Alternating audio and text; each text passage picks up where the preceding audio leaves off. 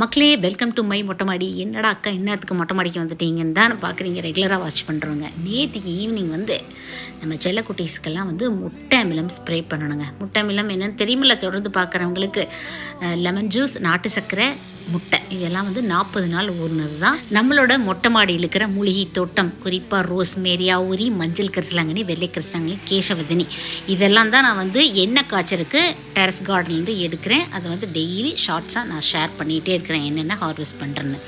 இவங்களுக்கு வந்து பூச்சிக்கொல்லி மருந்து, பெஸ்டிசைடாக இந்த முட்டை அமிலம் தான் ஸ்ப்ரே பண்ணுறேன். முட்டை அமிலம் எவ்வளோ ஸ்மெல்லு வரும். அது வந்து இந்த மூலிகைகளுக்கெல்லாம் ஸ்ப்ரே பண்ணி அவங்க அதில் நின்று இயற்கையான முறையில் அவங்க ரியாக்ஷன் பண்ணி பூச்சியெல்லாம் இல்லாமல் அந்த மூலிகைகள் வந்து வளர்ந்து வர்றதுக்கான டைமு தான். ஆயில் ஆர்டர் பண்ணிங்கன்னா ஒரு 12 to 15 days ஆகுங்க அப்படிங்கிற டைம் நான் வந்து கேட்குறேன். இன்னும் விளக்கங்கள் வேணுனாலும் தொடர்ந்து நான் கொடுத்துக்கிட்டே தான் இருப்பேன். Stay healthy.